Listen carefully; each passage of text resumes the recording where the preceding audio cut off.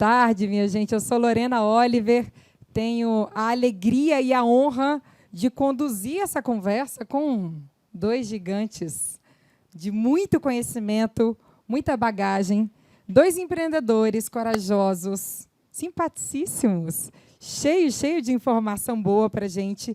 Eu estou aqui numa missão dificílima, que é levar as perguntas, fazer esse bate-bola, fazer esse jogo, mas eu conto com a participação de vocês também. Pode ser? Tamo junto? Maravilha. Quem são eles, né? Quem conhece o Dani aqui? Muita gente conhece. Para quem não conhece, Daniel. Dani é fundador aqui da Yellow, essa casa que nos recebe, né, com tanta alegria, com tanto conforto, com tanta gentileza. Já está no mercado. Daniel Monteiro está no mercado de RH há mais de 7 anos, mas é engenheiro, olha só. Uma salva de palmas para a Dani! Vocês estão felizes hoje? Ah, que delícia! Eu acho que vocês deveriam agradecer a esse moço. Sim, Rodrigo Moreira é o cara que possibilitou que o Cruzeiro chegasse hoje onde está. Sim, palmas para Rodrigo Moreira, porque ele hoje é o cara responsável pela felicidade de muitos mineiros. Eu saí do Cruzeiro de manhã, de tarde, começou a ganhar e não perdeu mais. É, né? Enquanto eu estava lá, não ganhou um jogo. Entendeu? Foi eu sair... Você preparou o terreno, né? Ele é um fazedor de coisas, assim, sabe? Pessoa que vai fazendo, que tem a missão de impactar as pessoas por onde passa e com todos os negócios, os muitos negócios que ele já se envolveu. Ele é fundador da Smart Talk. Quem conhece? Ah, galera, muito bem. Eu também conheço. Estava doida para conhecer o Rodrigo assim, ó, de pertinho. Só via ele pelas redes sociais, né? Pelo impacto que o negócio dele gera no mundo e nas muitas empresas que ele trabalha. Rodrigo, muito obrigada pela sua presença. Vamos bater palma para o Rodrigo, porque ele vai contar muita coisa boa para a gente. Galera, vamos entender, então, o que é EVP. Primeira coisa, né? Vamos partir do básico, assim. E como é que o Employer Branding impacta nas empresas e o EVP está no meio dessa história? Clarifica para a gente essa mistura. Quem começa? Vou puxar aí, Rodrigo. Vai, Rodrigo, confio em você. Bom, primeiro, obrigado, pessoal, pelo tempo e disponibilidade de vir ouvir a gente, né? Acho que, obviamente, o Dani deveria começar, porque é o negócio dele explicar um pouco das tecnicidades disso. Só rapidamente me apresentar. Eu empreendo há 18 anos, eu brinco, né? Eu nunca trabalhei de fato, né? Não sei como é que é a operação de trabalho, nunca precisei passar por um recrutamento, nunca fui recolocado, nunca consegui um emprego. Eu acho que talvez pela necessidade eu tive que sempre buscar o meu trabalho desde o início, por não ter uma oportunidade, um espaço no mercado. Eu criei os meus próprios negócios, empreendo há um pouco mais de 20 anos, né? Nesse meio tempo já trabalhei em vários segmentos, já fiz várias coisas. E desde 2014 que eu estou um pouquinho mais no mercado digital e de inovação. A princípio, a gente criou a Smart Talk, que ela tem uma história legal com o que a gente está falando de value proposition para o empregador, para o empregado, porque a gente resolveu criar um negócio que seria uma startup. A ideia era ser uma startup que gerasse impacto através de comunicação. A lógica do negócio era impactar as empresas e as pessoas pela forma como elas se apresentavam, né? E, bom, depois eu volto na Smart Talk, mas depois disso eu fiz algumas coisas. No meio da pandemia eu fui ser diretor do Cruzeiro para ajudar, foi um trabalho voluntário, eu fui ser um executivo voluntário da nova gestão para ajudar a colocar nos trilhos e fazer a venda para o Ronaldo, que se mostrou bem sucedida. E aí, quando o dia que fez a venda, foi o dia que eu saí, cabeça de empreendedor, me chama para ajudar quando eu puder contribuir, quando tiver um problema. O empreendedor gosta de resolver problema. De fato, o problema não tinha sido resolvido, mas minha parte a gente já tinha feito, né? Eu cuidei da área de inovação e marketing. Nesse período que eu tive à frente da área comercial, a gente teve a felicidade, mesmo estar na Série B, ser o 4º time em receita no Brasil de publicidade e patrocínio, né? Então, a gente só perdia para o Palmeiras, o Flamengo e o Corinthians, mesmo a gente estando na Série B, mesmo a gente tendo milhões e milhões de dívidas para pagar. Assim, foi minha contribuição para gerar impacto no time e nas pessoas, os meus amigos, né, na minha comunidade cruzeirense. Acho que tem um valor aqui também, porque mesmo a gente está num momento super difícil, qualquer vaga que a gente abrir no Cruzeiro, sabendo que a gente não ia conseguir pagar o salário, aparecia muita gente para trabalhar, então tem uma coisa meio maluca, né, nisso, você conseguia atrair e reter talento, e bons talentos, num movimento que a gente sabia que a gente não ia ter condição de pagar. No meio do caminho, quando eu virei executivo, eu fiquei 6 meses sem receber. Eu entrei voluntário, mas mesmo assim, nenhuma pessoa pediu demissão nesse período porque não estava conseguindo receber salário. Isso é uma loucura, né? A gente vê isso no mundo atual. Isso é um negócio que acho que não aconteceria aqui também nos clientes de vocês, principalmente porque não tem um elemento da paixão, né? No futebol você tem isso de uma maneira muito forte. No caso da Smartal, quando a gente criou o negócio, rapidamente a gente viu que a gente poderia abrir mão de ser um negócio escalável, né? E aí eu acho que fazia muito sentido, porque a gente estava concorrendo para trazer pessoas com empresas muito legais, né? Então, assim, hoje no mercado, você abre uma vaga legal, talvez uma empresa de tecnologia mais bacana, mais conhecida, mais famosa, que recebeu um super aporte, ela fica de olho no seu funcionário e talvez ela tenha uma entrega melhor para esse funcionário. É muito difícil você recrutar essa pessoa, né? A gente, pequeno, a gente não tinha nem estrutura de recrutamento suficiente para atrair um bom talento. E aí a gente desenhou uma história para tentar atrair as pessoas através do impacto do nosso próprio negócio, né? A gente tinha a opção de escalar e ser uma fábrica de PowerPoint, a gente virar um Canva brasileiro de criar apresentações de impacto em escala, mas assim, nos primeiros projetos nossos, a gente começou a ver que a gente impactava de fato os negócios, porque a gente falava com os tomadores de decisão das empresas, mas eram assim, eu falava com o presidente da Fiat, eu falava com os fundadores das grandes empresas, eu falava com o CEO do Rock in Rio, que convidou a gente para escrever o discurso da Gisele Bündchen na abertura do Rock in Rio de 2017, a gente falava com o vice-presidente global da NBA, que precisava que a Smartal criasse uma apresentação dele para convencer o conselho da NBA, o board, com todos os times, a investir no Brasil. E aí a gente viu que era difícil escalar um negócio desse. E aí, por que eu estou falando de escala? Né? Porque quando você não tem escala, você vira um negócio pouco sexy para atrair pessoas, né? O cara vai preferir trabalhar na Hotmart, porque lá é mais legal, porque lá mundialmente você consegue ter exposição.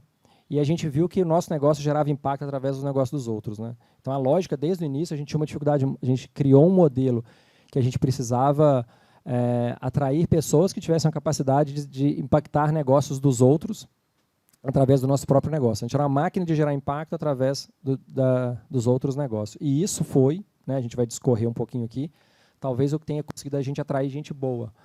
A gente, logo antes da pandemia, né, esse não é ter nenhum caso de sucesso, mas a gente teve uma vaga que a gente tinha aberto de diretor comercial, e a gente tinha uma candidata que estava concorrendo, que ela tinha na mesa 3 propostas. A nossa proposta, a proposta para ser diretora nacional do RAP, diretora de vendas do RAP, e a proposta da Melius para ser diretora nacional de canais. E ela escolheu trabalhar com a gente. Assim, acho que foi um modelo errado, que não deu certo, porque logo depois veio a pandemia e o perfil dela era um perfil muito de campo e não funcionou para ela. Mas assim, isso me fazia entender, como é que a gente, uma empresa pequenininha, com uma estrutura pequena, conseguia atrair essas pessoas boas, delas preferirem, às vezes, ganhar menos para trabalhar numa empresa que tem uma projeção menor que as outras. Eu acho que aí estava na estrutura da história que a gente contava, do modelo de negócio, e como a gente vendia isso para o mercado, principalmente tratando as pessoas que estavam aqui bem, para que elas trouxessem outras pessoas. Eu acho que o Dani desenvolve um pouquinho isso, mas eu acho que é sobre isso que a gente deve conversar aqui durante esse período. Maravilha, obrigada. Ele já trouxe um monte de aplicabilidade. Dani, puxa um pouquinho para a gente do conceito. O conceito em si, ele basicamente vai ser a curva de valor, ou a curva de experiência do colaborador dentro da empresa, né? E como que o employer branding entra dentro disso. Eu acho que quando a gente fala de employer branding, acho que todo mundo aqui, de uma certa forma, vai trabalhar com isso algum dia na vida. Seja você dentro do marketing ou dentro do RH, ou você que vai um dia fazer uma entrevista. Porque o employer branding está em tudo aquilo que é comunicação da empresa e que esbarra num possível colaborador. Eu falo que a gente hoje, né, principalmente, se você pega uma taxa de desemprego no Brasil de 9%, que a gente está rodando isso daí hoje, para os cargos, talvez, nível superior, é praticamente pleno emprego. Então, acaba virando uma briga de foice. E a gente precisa entrar num negócio que como que eu trago alguém para a minha organização se eu não tenho tanto orçamento? Acho que o Rodrigo falou muito bem, né? Assim, se o meu negócio não é escalável, se eu ainda não sou uma empresa extremamente sexy para o mercado. Investida, ou então empresa que patrocina alguma iniciativa X, alguma coisa do tipo. Como que eu consigo atrair gente, né? E foi muito legal porque a gente teve um programa de trainee aqui na Yellow e nessa semana, né? Acho que vocês perceberam que aqui é um espaço que a gente gosta de fazer evento, né? Por isso que a gente tem essa área de evento aqui, talvez maior até do que na nossa área de trabalho. Então, fico muito feliz que vocês estão aqui. Pra gente, é sempre bom ter a casa cheia. E a gente recebeu aqui na segunda-feira quase 37, 38 pretendentes, não vou nem chamar de candidato, pretendentes a trabalhar na Yellow com um programa de trainee. Eu confesso para vocês que a nossa expectativa era que a gente tivesse uma quebra maior. Que a gente tivesse ali, talvez aprovado 40 e fossem vir uns 30 e poucos, 32. E a gente teve o segundo dia, que foi uma dinâmica. E aí foi bem legal, tipo o aprendiz, Roberto Justus. Até eu puxar o Lucas, aquele cara bonito ali de blazer. E ele fala no final assim, você está aprovado. Não, mas vai ter, calma. Nós vamos contar uma boa história desse depois. Mas a gente achou, olha, a gente fez a primeira apresentação, contamos quem era a Yellow e tudo mais. Amanhã vamos ter dinâmica, etapa de seleção, vamos declinar algumas candidaturas. Devem vir uns 24, 25. Vieram 35. E aí, para mim, o que pesou muito foi, quando a gente contou quem era a Yellow, a gente contou muito da história, por que a Yellow nasceu e o que a Yellow faz daqui para frente, vai fazer daqui para frente. Então, esse casamento do porquê eu nasci e o que eu faço, ele está muito ligado a uma proposta de valor da empresa. Porque todo mundo, quando entra na empresa, ela quer saber o que ela vai fazer daí para frente.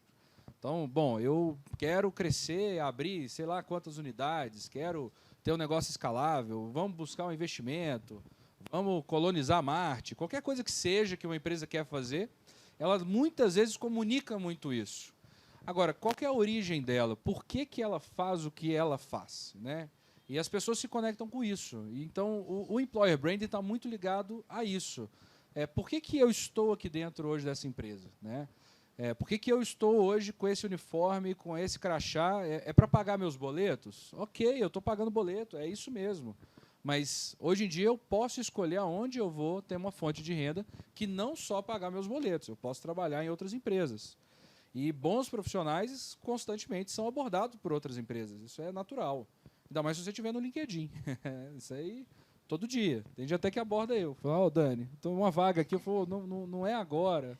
O LinkedIn tem um negócio maligno, que é o cara muda a função dele na empresa. Não sei se já aconteceu isso no negócio de vocês, mas não estou dando dica para quem trabalha comigo, não. Mas o cara muda o cargo dele, imediatamente ele recebe uma proposta de uma empresa concorrente. É bizarro isso. O cara, principalmente assim, esse mercado de startups aqui do famoso São Pedro Valley, a gente costumava ter um código de honra ali, não vamos contratar uns dos outros, não. Isso funcionou durante uns anos, entre assim, Melius, Hotmart, Sambatec, Rock, Dito, Take, ninguém contratava de ninguém. Até que chegou um momento que chegou pleno emprego, né? Porque quando a gente fala 9% de desemprego, 8,5% estão desempregados porque querem, né? As pessoas resolveram parar de trabalhar. E a gente que não está trabalhando porque não quer, porque ela não está buscando ativamente trabalho. Então é meio que pleno emprego. E aí, nesse formato, faltou gente no trabalho, e alguém chegou, contratou um de outra empresa, um cara reclamou no grupo, de repente acabou a regra e até que foi o JP da Hotmart falou assim, é guerra, e desde então funciona muito isso. O cara mudou de emprego lá na Smarttalk, é batata isso. O cara mudou de emprego lá na Smarttalk, saiu de coordenador para head, e proposta no dia seguinte. Isso é difícil, cara, né? Então, assim, se você não tiver uma cultura forte, que é basicamente o que ajuda porque, assim, no EVP. No final do dia, eu acho que quando você fala de EVP, você fala de Employer Brand, isso tudo, a gente está falando daquilo que o dinheiro está de lado, né? O dinheiro é uma variável. Marca empregadora é outra variável. Elas podem se misturar? Claro, devem se misturar. Mas elas não necessariamente devem caminhar somente juntas. Então, você fala de salário é uma coisa. Você fala de como a empresa trabalha, o que ela faz e por que ela faz o que ela faz, talvez é até mais importante do que simplesmente o que ela está ali se propondo a fazer como lucratividade, né? Sabia que o EVP é uma estratégia de saída de alguns negócios de tecnologia. Ah, é? É porque, assim, eu tenho um amigo que ele tinha uma startup de produção de software, né? E assim, ele tinha uma atratividade gigante para desenvolvedor, né? E aí, você pega uma empresa grande que tem uma dificuldade enorme de construir EVP, que tem grana para contratar, mas não tem atratividade. O cara quer trabalhar, eu usei exemplo de Hotmart aqui, porque é uma empresa gigante que está aqui na nossa cidade. O cara vai querer trabalhar numa empresa como a Hotmart ou vai querer trabalhar na IBM, entendeu? Essas empresas não têm atratividade para a atual geração de pessoas. Não tem mesmo. Então, ele tinha lá 200 funcionários, ele vendeu a empresa dele por 200 milhões, porque a empresa não conseguia contratar desenvolvedor e comprou a empresa dele para manter a cultura, mas para ter gente trabalhando para o negócio. E ela não conseguia fazer isso com dinheiro, mas essa outra empresa tinha estratégia de marca empregadora. Essa lógica foi a que fez a venda, que é a aquisição da empresa, contratando todo mundo junto, né? A empresa não tinha nenhum produto que essa empresa que comprou ela queria comprar. Posso até falar, né? A Alpargatas comprou a Oasis, talvez vocês conheçam. Mas a estratégia da Alpargatas era assim, cara, eu estou montando uma área de produto aqui, eu preciso desenvolver. O que a Oasis consegue contratar um desenvolvedor em 2 dias, tá clara a estratégia deles de marca para trazer alguém que faça sentido para o negócio. Eu pagando o dobro não consigo trazer. E aí eles prefiram comprar a empresa, fazendo, sei lá, múltiplas vezes a receita dos caras, justamente porque era a melhor forma de atrair o talento, né? Ela comprou o talento sem precisar mudar a marca. Isso é uma loucura e aconteceu muito na pandemia, né? Principalmente se você crescer time. Dani, Rodrigo, eu tô achando super interessante o que você está trazendo. E para as empresas que ainda não têm essa estratégia aplicada, né? Assim, que diferencial é esse que a organização tem quando ela aplica um EVP? Assim, da estratégia de aplicação, rolou um caso muito engraçado, né? Dentro da rotina que eu tinha na Smart Talk, eu tinha uma rotina ótima, estava falando com você há pouco, né? Minha rotina era todo dia eu conversava com alguém muito legal. Era essa rotina que eu fiz durante bons anos. Eu conheci alguém muito interessante por alguma necessidade que a Smart Talk tinha de oferecer construção de storytelling para algum player relevante do mercado. E numa dessas idas minhas a São Paulo, eu fui conversar com o Edgar Corona, fundador da Smart Fit, né? Edgar é um cara super peculiar, né? Um cara difícil, mas um cara genial, né? Ele montou um negócio, sei lá, 20 mil funcionários, 5 mil academias, Brasil inteiro. Ele matou o modelo, ele disruptou o modelo de academias, né? E aí eu cheguei para ele e falei assim, Edgar, pô, cara, que negócio. E aí a gente fez um trabalho longo para ele. Falei, Edgar, que legal, cara. Cara, eu queria conhecer a sua diretora de RH, saber o que vocês fazem. Ele falou, a gente não tem RH, não. Eu falei, vocês têm 10 mil funcionários, sei lá, o número era até maior, 20 mil. Como assim? Não tem RH, não. Para que precisa de RH? Aí, assim, fiquei horrorizado, né? O cara tinha um prédio inteiro só na parte administrativa, tinha sei lá quantas unidades, o cara não tem RH na operação dele. E ele tinha uma estratégia de marca pegadora boa, sem ter uma estrutura dedicada para isso. Na cabeça dele, né? Óbvio que eu vou resumir aqui em segundos uma estratégia de vida dos caras, mas eles têm uma forma muito simplista, né? O chefe, eu sou o responsável por uma área ou por uma academia, então o cara que está debaixo de mim é minha responsabilidade. Se o cara precisar de falar qualquer assunto, ele fala comigo. Por que precisa ter um terceiro atrapalhando essa relação? Então, eles criaram uma forma de trabalhar totalmente independente, então, ou seja, não tinha horizontal, não tinha uma estratégia definida por ele, a estratégia dele era 0, e cada academia, então, ou seja, uma forma de manter 10, 20 mil funcionários envolvidos, era cada academia, o gerente da academia era o CEO da academia. Cara, às vezes o cara ganhava R$2.000, assim, do ponto de vista de, não salário, mas de importância dentro de uma organização, né? Um cara que já estava, era um personal promovido a coordenador lá, tinha um salário baixo, eu chutei aqui o salário, mas eu acho que era uma coisa parecida, e esse cara tomava conta de todas as pessoas que estavam lá. Então, esse cara podia decidir se tinha crossfit dentro do Smart Fit, o cara não tinha um padrão, não. Esse cara decidia se tinha atividade livre, se podia ter personal, não sei se você sabe, o gerente da Smart Fit que decide se pode ter personal trabalhando dentro da academia. Então, o cara, ele criou para um negócio, sim, que o certo que todo mundo faria é criar uma estratégia unificada, comunicar isso de uma maneira muito legal e ter umas regras claras. O cara decidiu ter não regra para ter regra. Cara, ele deu certo. A atratividade deles de pessoas é ótima dentro desse mercado. Fora que o negócio deles matou o resto do mercado, mas eles conseguiram criar uma lógica de atração de pessoas e retenção dessas pessoas por darem um negócio que as pessoas hoje em dia querem, que é autonomia. Eu acho que uma das estratégias centrais dentro da estrutura de comunicar isso, né, no fortalecimento da cultura das empresas, que hoje não tem um tamanho grande para ter uma estratégia clara de EVP, elas conseguirem comunicar para as pessoas que as pessoas ali vão ter o que elas não vão ter em outro lugar. No final, é uma competição, né? E o que as pessoas não vão ter em lugares grandes que pagam melhor, normalmente é autonomia. Então, se a pessoa vê que ela consegue fazer a diferença, se a empresa conseguir comunicar essa diferença que a pessoa vai fazer no negócio, é uma chance grande dela conseguir conquistar alguém dessa geração nova. Mesmo, eu não estou falando por idade, não.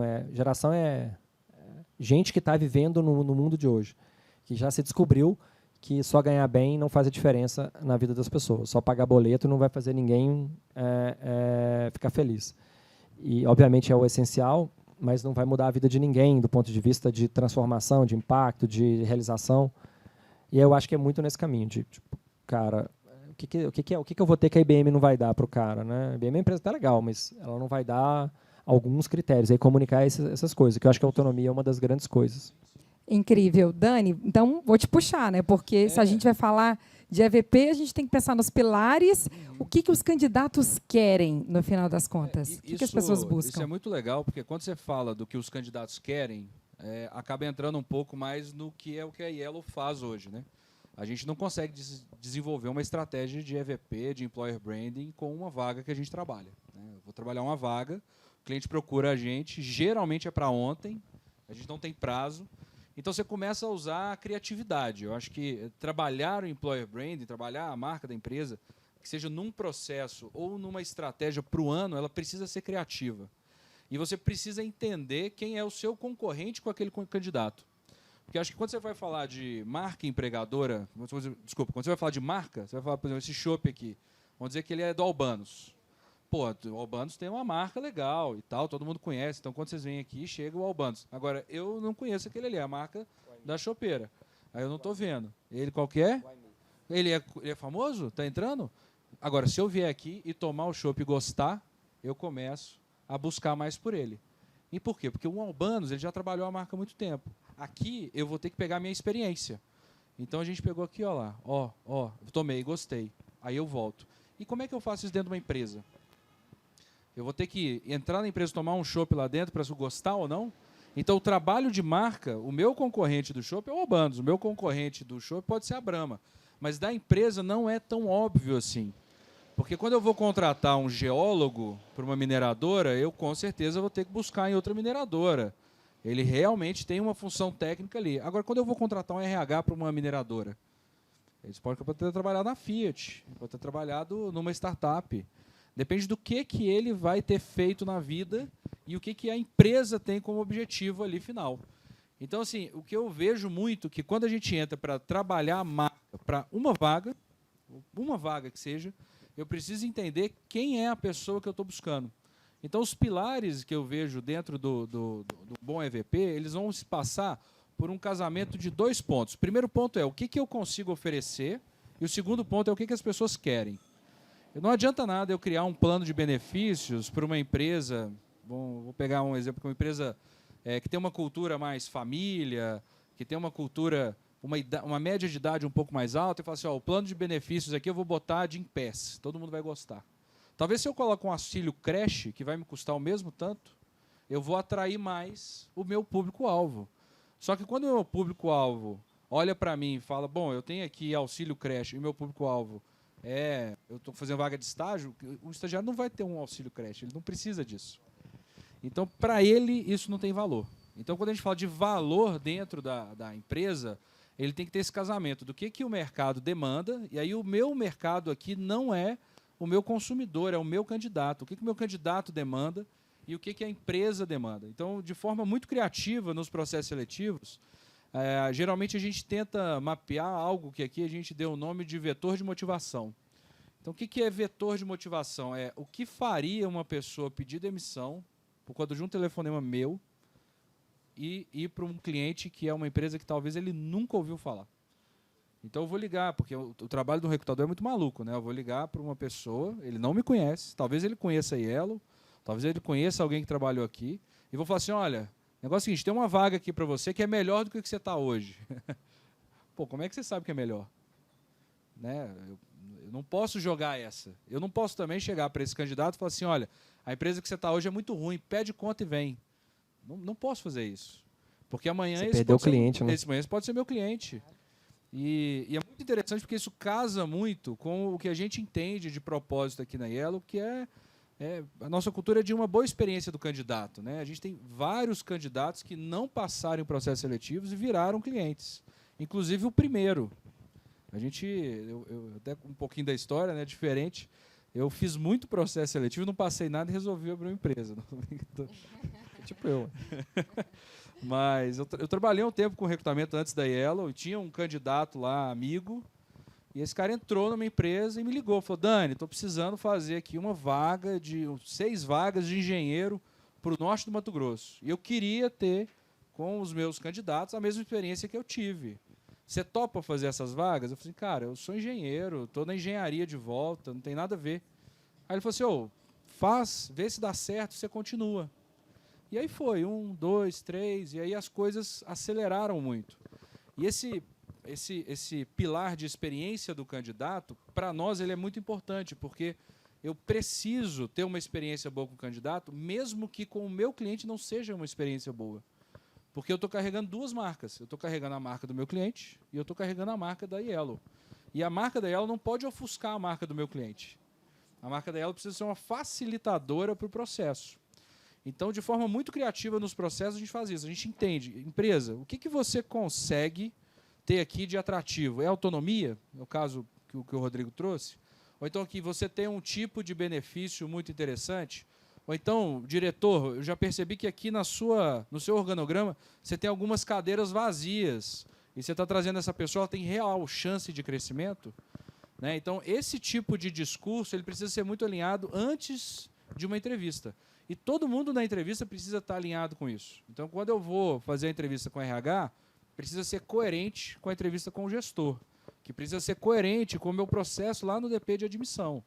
Eu não posso abrir uma vaga, publicar uma vaga como gerente, passo o processo todo, na hora de assinar a carteira eu coloco na lista.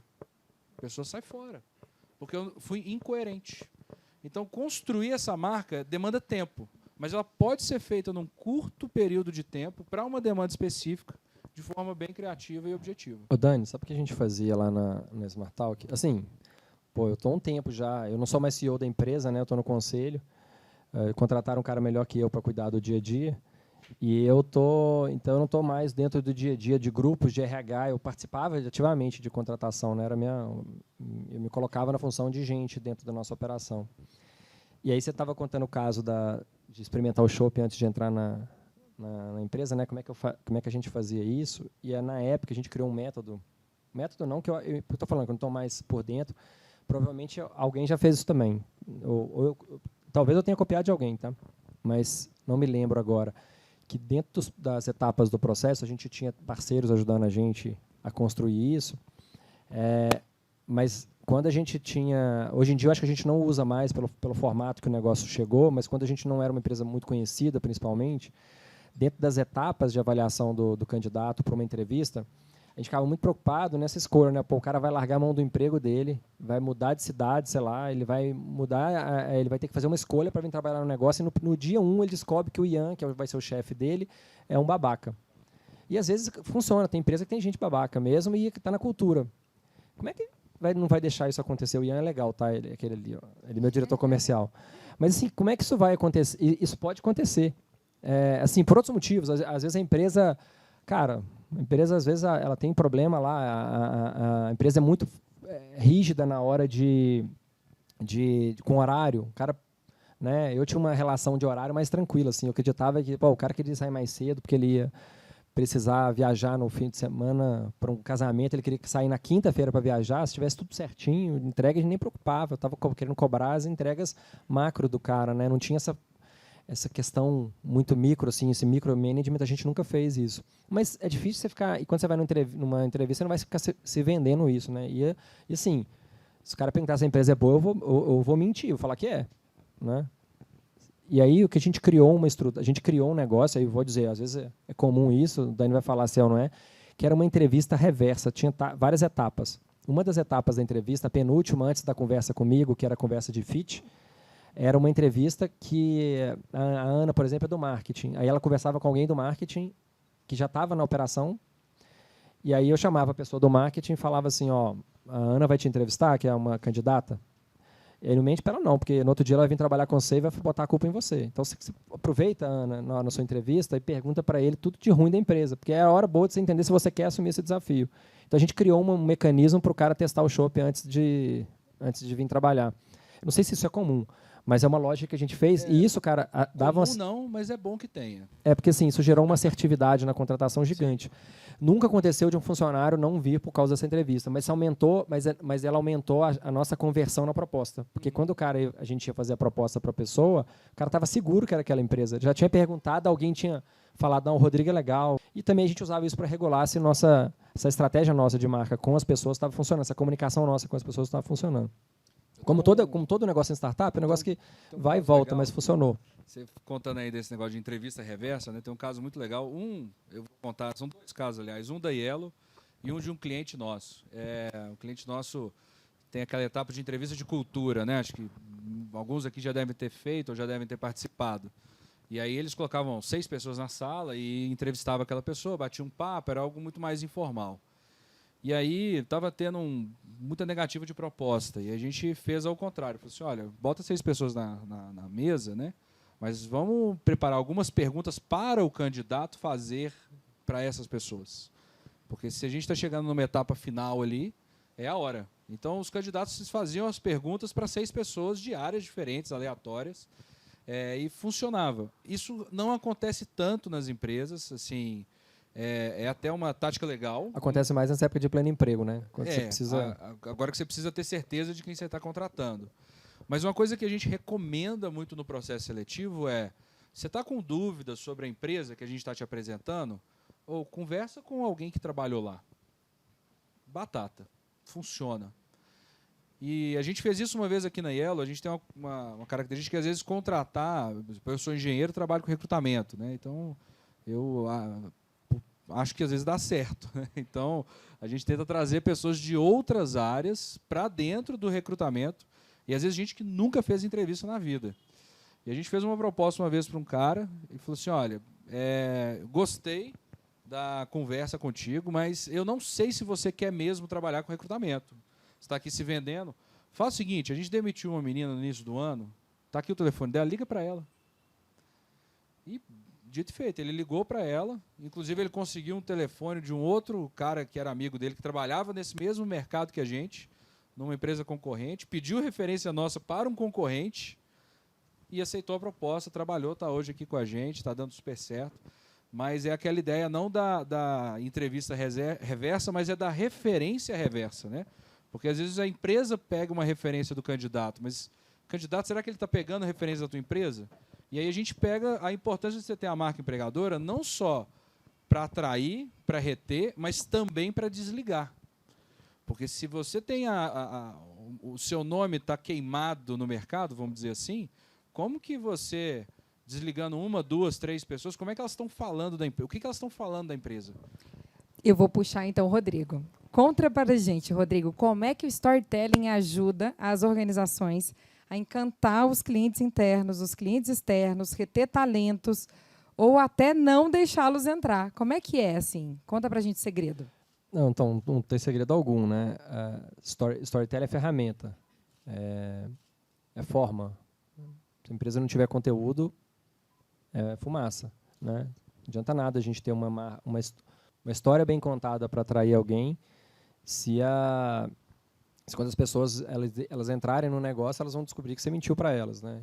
Então, e hoje em dia isso acontece muito, né? A empresa cria uma casca, ela ao invés de investir em processo de retenção, ela investe em marketing apenas para poder atrair as pessoas, e lá dentro, depois que a pessoa está lá no bolo, ela fala, ela vai ficar com medo de pedir demissão, vamos deixar ela lá, e ela já entrou, ninguém vai querer queimar o currículo, sair com 2, 3 meses de empresa. Não sei se o cara pensa assim, não, mas acho que acontece um pouco isso, né? Hoje menos, né? Hoje menos. Mas assim, porque hoje em dia as pessoas não têm mais medo disso, né? Se eu entrar num lugar e não gostar, eu saio com 10 dias. O cara tá nem aí com isso mais. Antigamente o cara tinha que ter carreira, a mãe e o pai cobrava, né? Nossa, ficou só 6 meses, só 4 anos, né, na Fiat. Absurdo isso. E hoje em dia, assim, se o cara ficar 3 anos na sua empresa, cara, ele vai virar sócio hoje em dia, né? O cara ficou 3 anos na empresa, é sócio. Esse tempo todo, né, ele, numa empresa que está crescendo e está alavancando, está escalando de alguma forma, ele vai precisar reter esse talento, senão ele vai mudar de estágio na carreira e vai sair. Então, ou seja, o storytelling é uma ferramenta, né? A forma como a gente usa o storytelling é só entender a melhor forma que o cara, no caso é o candidato, que é o nosso alvo, ele vai entender o propósito do negócio, né? Então, você foca em contar a história pela perspectiva do empregador, do empregado, e não na perspectiva do empregador. O grande erro das pessoas, principalmente quando elas são mais técnicas, é que elas contam a história sob a sua perspectiva, pouco preocupando a perspectiva de quem está assistindo. E aí, no caso que o Dani falou, né, você tem que se preocupar bem com isso, né? O empregado, aquela pessoa que está buscando uma oportunidade à vaga, o que passa na cabeça dele, quais são os pontos que você tem que trazer para essa discussão para gerar convencimento. E a história, né, o storytelling, ele sempre é a partir de uma premissa. Fui dar uma palestra no evento do Thiago aqui há uns 2 meses atrás, né, e a palestra é sobre a fórmula da retórica, né? A forma da retórica, né, inventada, Aristóteles inventou isso, e era a soma de ethos, fatos e logos, né, que é tipo autoridade, a referência, logos e emoção, né? Então, assim, uma construção para se criar o storytelling baseada em 3 parâmetros, né? O parâmetro do ethos é quem é você, então, ou seja, se você já construiu alguma coisa legal na sua carreira, como pessoa, como marca, como empresa, isso é uma referência que vem antes, né? Então, quando a gente vai falar do Rodrigo, é muito legal quando ela me apresenta e fala, pô, esse aqui é o Rodrigo, fez isso tudo, ele estava no Cruzeiro, assim, se todo mundo souber que eu saí do Cruzeiro, o Cruzeiro estava estava mal pra caramba, depois melhorou, é ruim deles saberem, mas no dia de hoje, ser um executivo que participou do processo da venda do Cruzeiro e fez o Cruzeiro chegar onde chegou hoje, né, que não fez nada ainda, mas ele saiu de uma situação muito ruim, falimentar para uma situação de viabilidade, pô, isso ajudou na minha construção pessoal. Então, talvez o que eu falar aqui vai fazer mais sentido tanto para eu ser um bom empregador, né, para atrair alguma pessoa para trabalhar comigo, quanto a marca que eu estou atrás representando, não o caso o Cruzeiro, mas, sei lá, a Smart Talk, né, as pessoas vão ter referência em você. E logos, principalmente, é uma referência do outro, né? Não é você falando de você. Uma coisa é eu falar de mim, outra coisa é o Dani falar de mim. E essa referência, né, tem um vídeo que a gente usa no nosso site da Smart Talk, que é o Rony da reserva falando assim, existe uma reserva antes da Smart Talk e uma reserva depois da Smart Talk. A gente brinca aqui na reserva que é reserva AS e reserva DS, porque a Smart Talk mudou a forma como a reserva se comunica e a Smart Talk ajudou a reserva, inclusive, a fazer a venda dela para a Arezzo. A gente participou do storytelling para o pitch de venda. Na verdade, a gente foi contratado para fazer o IPO, e num evento chamado No Deal Roadshow, quando eles testam o pitch com alguns investidores, a Arezzo falou, não, eu não quero que faça IPO, não, passa para cá que eu vou comprar. E aí, voltando aqui na lógica, né, a construção dessa história, usando esses elementos, é o que, no caso, a empresa vai ter que usar no dia a dia para fazer essa atração, né? Ela vai ter que basear muito no que ela faz de verdade, no que as pessoas falam dela, e esse último elemento, que é o elemento de emoção, né? que é onde você, no final das contas, é o que faz a pessoa tomar qualquer decisão racional, mesmo não sendo racional, tomada pela emoção, é que elemento a pessoa vai ver no meu negócio para tomar a decisão de vir trabalhar comigo ou se manter trabalhando comigo. E isso passa por uma personalização do conteúdo, né? Personalização da mensagem. Nos dias de hoje, se a gente tentar criar uma lógica de, cara, o funcionário padrão da minha empresa é o cara assim, assim, assim, assado, você não gerar uma diversidade, não é, eu estou falando de diversidade do ponto de vista de RH, fala, tem que ter um ambiente diverso, não. Se não tiver gente diferente mesmo, de perspectiva, e todas elas terem elementos comuns com a empresa, você não vai conseguir montar um ambiente legal para as pessoas trabalharem, né? Cultura do negócio é o que acontece de fato. A gente brinca que cultura é o que acontece quando o chefe não está na empresa. Porque quando eu estou lá na empresa é fácil demais, porque o cara tem respeito, vai fazer aquilo que a gente combinou e tudo mais. Mas quando fecha a porta, aquilo é cultura. A empresa está funcionando sem diretor na empresa, sem gerente, tem só o time trabalhando. E para construir isso, tem uma regra que você pode construir de marca mesmo, de gestão de marketing, de contar história, e a gente foi muito contratado por empresas para fazer isso, mas, de fato, sem conteúdo, sem você ter uma referência, sem você ter tido a referência das pessoas que saíram do seu negócio, sem você ter uma lógica de entrevista de desligamento, para que mesmo a pessoa que foi desligada ela tenha tem tido feedback antes do desligamento, ela tem entendido os motivos, cara, vai ser um detrator que você vai ter na rua, né? Então, o trabalho de construção de EVP não é um trabalho de marketing, principalmente. O marketing vai só dar unidade para um discurso e que talvez gere engajamento. Mas, na lógica, é um trabalho que depende de todo mundo, não tem uma fórmula mágica, né? Ele vai do dia que contrata ao dia que demite, principalmente no dia que demite. E tem, acho que, algumas formas práticas da gente fazer isso, né? Vamos jogar para dentro da empresa, numa realidade, pô, legal, como que eu posso fazer isso? Porque eu escutando, pelo menos o que passa para mim fazer, eu preciso de tempo, não dá para fazer isso da noite para o dia. Mas eu consigo fazer alguns atalhos, né? Eu consigo, por exemplo, numa empresa, às vezes muito jovem, uma empresa que nasceu agora, ou que está crescendo agora, ou que está tendo referência do nome dela agora, ela pode se pautar pela inovação. Então, ela pega uma história que é dela, mas ela pega de um conceito que já é muito bem formado. Ou então de uma empresa que é representação, ou então tem um cliente muito grande, ela também pode pegar por esse cliente. Então, às vezes, uma história que ela quer passar não é inovação, mas é estabilidade. Então, meu principal cliente aqui é a Vale. Pô, a Vale todo mundo conhece, todo mundo sabe o que faz. Então, você se pauta, tem um bichinho aqui, se pauta pelo cliente, pela história que o cliente já contou. E você pega uma carona nisso. Porque, às vezes, a gente olhar para dentro da empresa e pode ser que a gente não tenha um corpo diretivo ou uma pessoa muito hábil nesse assunto específico e você não consegue criar isso. Você, como gestor ou como marketing, como RH, precisa de um caminho para começar. Então, eu acho que, de forma prática mesmo, a gente começa pelo que já está pronto, ou começa pelo que já, de uma certa forma, compactua com a minha empresa, com o meu dia a dia, né? Incrível. Gente, eu aprendo muito com vocês, vocês são maravilhosos. Deixa eu abrir espaço para eles. Vamos. Bora? Só contar uma coisa, Diga, venha. baseado no que você falou, assim, que eu acho que tem a ver muito com o momento do negócio, né? Às vezes a gente quer uma pessoa para trabalhar no nosso negócio e a gente acha que a gente tenta adequar a pessoa à nossa vaga e não a vaga à pessoa. Desculpa, ao contrário, né? A gente tenta adequar assim, eu quero uma pessoa para ser vendas. E aí você acha que qualquer vendedor serve. Eu quero uma pessoa de marketing, qualquer pessoa de marketing serve. Eu acredito muito no momento do negócio para você fazer a contratação. Nesse momento eu investi numa empresa e eu estou organizando para trazer um CTO para essa empresa, né? O candidato certo é um cara que ganha 30 mil fazendo gestão de 100 pessoas numa startup de muito sucesso. E eu quero que esse cara venha para trabalhar comigo para ganhar 10.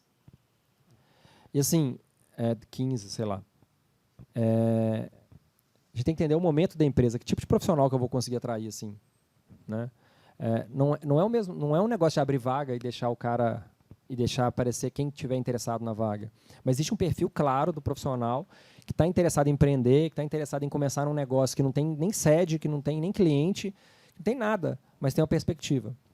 Para esse cara abrir mão de algumas coisas e fazer outras apostas, né? Ele tem um negócio estabilizado. E aí as pessoas talvez as marcas talvez não entendem que tipo de funcionário que elas vão ter no negócio, porque a gente consegue, dentro da diversidade das pessoas, achar qualquer pessoa, pessoas distintas e pessoas boas para aquela função, mas diversas de outras empresas. Com certeza absoluta, o desenvolvedor que trabalha na Ambev não é o mesmo desenvolvedor que trabalha na Rock Content. Não é, o cara é diferente. Mas existem os dois caras. E é o que a empresa erra em não achar esse perfil, porque ele faz uma promessa de, tipo, serve qualquer um desde que a pessoa cumpra isso. Então, ou seja, eu contratei o cara, tá? Mas aí o cara tem um super equity no negócio, né? Então a gente fez uma troca, mas o cara vai aceitar um desafio, assim, perigosíssimo. O cara vai largar a estabilidade para empreender num negócio que não tem nenhum cliente, que não tem nenhuma sede, ele é o funcionário 2. Mas ele viu algum valor, talvez em mim, talvez na possibilidade do negócio. Mas, assim, ele era o cara certo para o momento certo, né? Esse caso, a gente, você usa, né? Aí você tem os atalhos, né? Pô, o Dani é um atalho para isso, porque ele consegue ver isso para a marca, né? Às vezes a marca não atrai isso sozinha. Mas o grande desafio, esse desafio é do Dani, é entender o momento da empresa. Porque o momento da empresa vai saber ajudar a contar a história. E, assim, histórias não são impossíveis de contar, né? Você tem a história do desafio de, cara, eu vou precisar contratar um cara e o meu diferencial aqui é dinheiro e o meu diferencial é cultura. E aí, cultura forte contrata qualquer pessoa. E esse é o desafio, talvez, que eu vejo no maior nas empresas, é entender que que o dinheiro só, a posição ou algum elemento vai fazer a marca conseguir ter resultado. Então, olha só, para a gente encerrar, a gente já está acabando. Só contar uma história. Conte, boa, claro, boa. sempre. Histórias sempre bem-vindas. Eu conto essa, eu não posso de forma nenhuma contar quem que é a empresa, porque é um final triste, não é um final feliz. Né? Eu acho que não só de bons cases vive o nosso dia a dia, né, Rodrigo? A gente tem... O pessoal fala, o Rodrigo é empreendedor serial, é o desculpa pro cara que quebrou um monte de vezes, né? Em série. Mas ele fala que empreendeu para ser bonito. E a gente teve um caso muito legal, assim, muito legal porque hoje eu conto olhando para trás dando risada, mas na época fez a gente perder um pouco de cabelo. Mas tinha uma empresa, uma startup, eles estavam começando, tinha um sócio investidor bem reconhecido no mercado, não famoso, mas com um respaldo muito legal, um jovem empreendedor com discursos, sabe, aquele CEO do podcast, sabe, aquele que participa, que fala. E a proposta de valor da empresa era incrível, incrível. Tinha uma proposta ambiental, tinha uma pegada de inovação. E ele chegou para mim um dia, por uma indicação, uma referência, falou assim, olha, eu preciso trazer 4 executivos. Eu falei, pô, projetaço, né? 4 executivos, é o que eu quero fazer todo dia. Eu preciso de um CMO, de um COO, de um CTO, de um CFO e outros Cs aí. Aí eu comecei a perguntar, montando as vagas e tudo. Eu falei assim, bom, e qual que é a sua expectativa de salário para cada um? Eu pensei 6 para cada um. Eu falei, cara, 6 para um CFO? Nós não vamos achar. Não, eu quero, porque o investidor vai, eu vou dar equity. E vamos, aí eu conversei com o investidor. Falei, olha, vai rolar mesmo? O investidor me garantiu, vai rolar.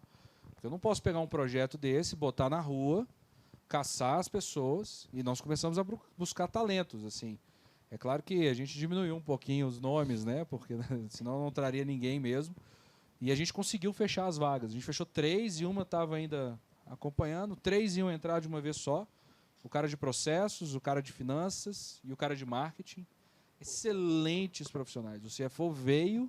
O cara veio de São Paulo. O cara mais dinheirista que tem. Não, esse caso para mim foi o case de sucesso. Veio um cara de São Paulo, que trabalhava em Private Equity de São Paulo, era mineiro, a esposa grávida, queria ter o filho aqui e queria voltar a carreira dele para cá. Saiu de São Paulo ganhando 16 mil para ganhar 6 mil aqui, numa promessa de equity.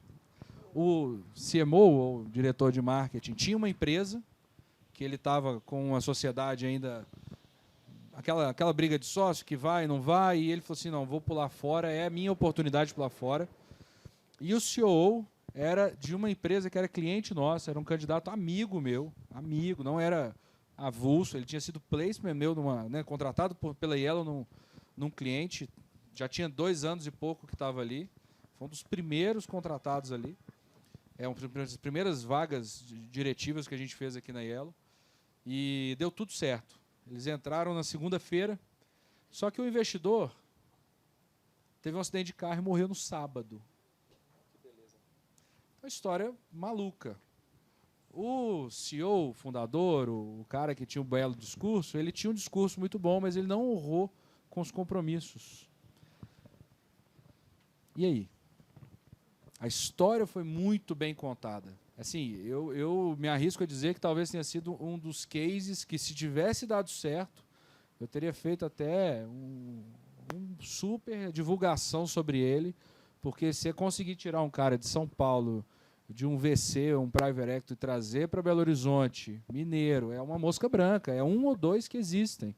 Você trazer um cara que é empreendedor, que tem visão de negócio, para poder fechar o negócio dele ou entregar à sociedade, e vir para cá é um negócio difícil. E o outro, que era um amigo, para você ter ideia. Depois... Teve que pagar os boletos dele um tempo. Não, graças a Deus a gente conseguiu uma vaga para ele rapidinho depois. Ele era bom mesmo. E aí o discurso não casou com a realidade, às vezes por uma fatalidade, nesse caso foi realmente uma fatalidade, o cara morreu. E aí, como é que a gente faz, né? Assim, eu sou o intermediário, eu sou aqui quem está contando a história de outro. Eu não estou contando a história da Yellow para o candidato somente. Estou contando a história de um cliente. Então, foi um caso crítico, onde a gente tem que tomar muito cuidado com aquele oversale. Né? Assim, você vender, você falar mais do que você, de fato, pode entregar. E quando a gente está lidando com carreira, com pessoas, com trabalho, a gente está lidando com os boletos, a gente está lidando com família. Então é um negócio muito sério. A gente está lidando com um sonho, a gente está lidando com pessoas.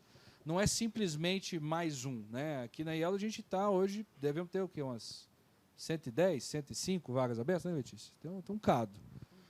Pô, isso é todo mês. Então, para a gente parece algo muito comum, né? Talvez uma empresa grande, o RH dela vai conduzir 200, 300 vagas no mês. Então é muito fácil. Você mandar um e-mail com a carta convite para uma proposta, mandar para a pessoa, é muito simples, né, para a gente. Mas não é tão simples assim. E eu me lembro dos processos seletivos que eu já participei, quem já participou aqui também, dá aquele friozinho na barriga. Você conversa em casa, se você é casado, conversa com a esposa, se você não é, você conversa com a mãe, você pede conselho para o amigo, vou ou não vou, você mexe com uma estrutura, às vezes você tira uma pessoa de uma cidade e joga para outra. Então a gente precisa ter muita... eu falo que é muito tato nessa venda, né? Eu acho que é diferente de você vender um produto, né? Se eu tenho uma água mineral para poder vender, eu anuncio, você comprou uma tua sede, ótimo. Agora, se eu estou vendendo a tua mudança de vida, que mesmo que seja ela pequena, eu preciso ter muito cuidado com essa venda. Então, eu acho que esse caso que você falou um caso aí do storytelling, como que a gente faz, também tem um jeito como a gente não deve fazer, né? Eu acho que o marketing e o RH, eles precisam andar muito juntos. Eu acho que talvez sejam as áreas mais irmãs dentro de uma empresa hoje, é o marketing e o RH. Eles não podem andar descasados. Mas eles também não podem, né, assim, sair do terreno comum aí de ser, vamos dizer assim, de mentir, né, ou de ser leviano, ou de oversell, e tomar cuidado com o que a gente está prometendo. Porque é muito importante essa coerência. Muito bom. Uma mensagem final, uma informação-chave. Sabe aquilo que a pessoa precisa sair daqui disseminando na empresa? E aí ela passa isso para frente e o negócio acontece. O que é isso? Não estava no script, não, mas... Não estava não, mas tudo bem. Bom, eu gastei a minha, né? Eu podia ter falado do oversell agora, né? Fui precipitar. Mas eu acho que de construção de marca empregadora, marca da empresa, qualquer coisa que você tenha planejado aí construir com seus candidatos, eu acho que a mensagem central aqui, que eu acho que nós dois esbarramos muito nelas, é, primeiro, coerência. Acho que é muito importante ser coerente. Pé no chão, transparência, acho que isso nunca é demais. E eu acho que é muito importante você também entender aonde está o seu candidato, onde está o seu público e como comunicar com ele. Né? Eu vejo muita empresa hoje investindo muito em Instagram ou investindo muito em LinkedIn. Bom, às vezes o teu candidato você vai precisar colocar um carro de som numa cidade do interior e rodar na praça num dia movimentado, e vai funcionar muito mais.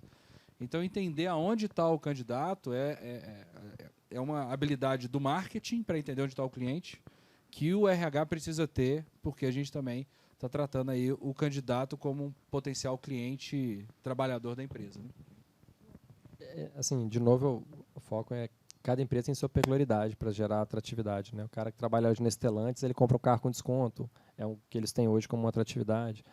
E se eu trabalhasse na MIP, eu queria um cartãozinho para poder ir nos eventos da MIP já carregado e poder usar. Eu vou falar com o Samuel para colocar isso lá no pacote de benefícios. Então, eu acho que entender um pouco, assim, de alguma forma, a gente tinha uma época que a gente fazia isso muito na Smartal, que era dos 10 maiores medos das pessoas que tem na vida, a única que não tem relacionada à morte é falar em público. O resto é medo de tubarão, medo de altura, que se cair eu vou morrer, medo de afogar. São vários medos, e o falar em público é o único dos 10 que não tem relacionado à morte. Então a gente falou, pô, se a gente conseguir levar esse legado para as pessoas que trabalham lá, então a gente criou lá, e é óbvio que é sempre tentativa, né? Levar esse legado para as pessoas, de, pô, você vai ter que pelo menos aprendendo alguma coisa nova, né? O cara entrou para fazer marketing, mas ele vai aprender de alguma forma a trabalhar com o produto principal nosso, que é aprender storytelling, como comunicar melhor e tudo mais. E eu acho que a empresa tem que entender isso, né? Assim, o negócio, assim, a não ser que você venda telha de zinco, que é cancerígeno, qualquer outro negócio de empresa, você vai ter algum produto legal que vai gerar atratividade que pode gerar atratividade e retenção no seu próprio público, e tentar trabalhar isso com o seu público interno. Se você trabalha na Ambev, seu chopp é liberado. Se você trabalha na Coca-Cola, você pode tomar Coca-Cola até morrer, e você provavelmente vai morrer de tanto tomar Coca-Cola. Mas a lógica é entender esse ativo do teu negócio como um benefício, né? Thiago é sócio de uma empresa que auxilia corretores lá, tem uma plataforma de corretores de seguro. Provavelmente, para todo mundo que pensa em seguro de vida, por exemplo, é difícil de contratar, talvez ele dê isso com facilidade dos funcionários dele. Pô, você vai ganhar aqui, se o benefício nosso é que um seguro seu, a gente paga um pedaço do seguro a mais para você, com o benefício do negócio, né? Então, você tem um seguro que vai te dar 1 milhão aí, se der um problema de saúde seu para sua família, a gente ajuda a achar o melhor, porque a gente está fazendo, e a gente te dá um desconto que você vai pagar metade, que a outra metade a empresa paga com benefício. Acho que a lógica é entender o que o teu negócio tem de legal.